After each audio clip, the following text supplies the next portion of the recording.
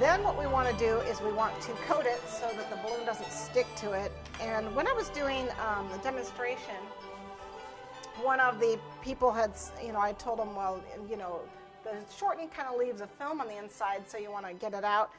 On the light bulbs, you really don't notice a film with the shortening. So she said, well, why don't you use, the cooking spray? It doesn't leave a film. That's true, but for me, it's harder to use it. And so I'm going to do one of these with the cooking spray and one with the shortening, just so you can see the difference. You can do it this way. Just give it a little spray here. Okay. And then wipe the excess off.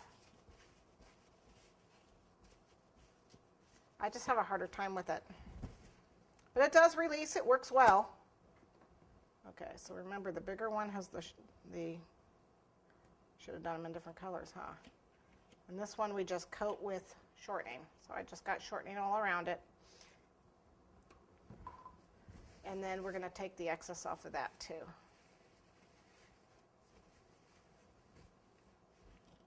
Okay. All right. So at this point, this is all nice and spongy. See how it's when you press on it, it's fairly firm. It's kind of rubbery when you press on it. We're ready to put it in the microwave. About 10 seconds.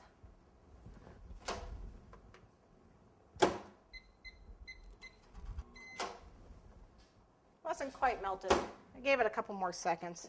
You don't want it too hot. But see, there's just a little bit in here that's not melted. It's okay, just pull it out. I don't have time to wait for it. Just pull that excess out. If it's not melted, that's fine. Don't want any clumps in there. Okay. Notice I have no luster dust in here. I don't want them, iridescent.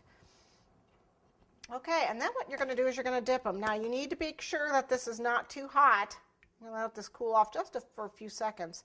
You want it skin temperature. If it's too hot and you put that balloon in there, it's going to pop and you end up with liquid gelatin all over the kitchen and yourself, and it's not so fun to clean.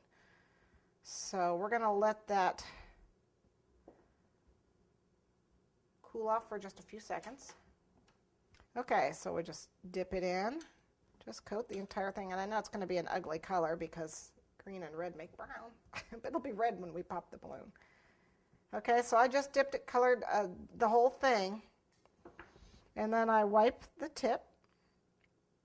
That's where the drip is going to form, which is fine. For the light bulb, it makes that little pointy tip that light bulbs have. It's perfect. Now, one thing I noticed when I use the PAM is I tend to have a lot more areas where the gelatin won't stick because the cooking spray is, I don't know, too thick, or it just won't let the gelatin stick. So I find out that this is a little more difficult and I need to coat it a little bit more when I use the cooking spray. It may work better for you. I guess may depend on the brand or whatever. And then you need a way to just kind of hang this. So you can sit here and hold it until it's firm enough to touch. I just use a clothespin. And try not to drop it. There we go. I use a clothespin and I just stick it on and let it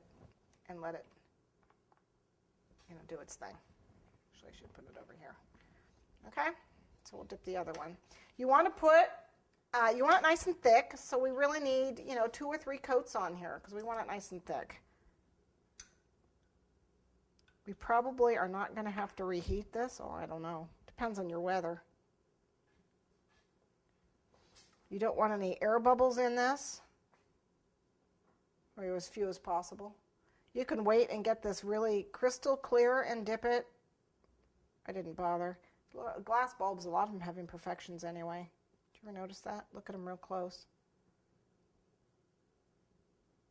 So we just wipe the little excess. If you've got a really bad drip on there, just wipe it off otherwise. And just let it. You could actually dip it with the clothespin. The only problem with that is I found that it would be attached to the balloon or anything like that. So you can dip it with your fingers too. You got that little knot to hold on to. But see, you can dip it with the clothespin if you want.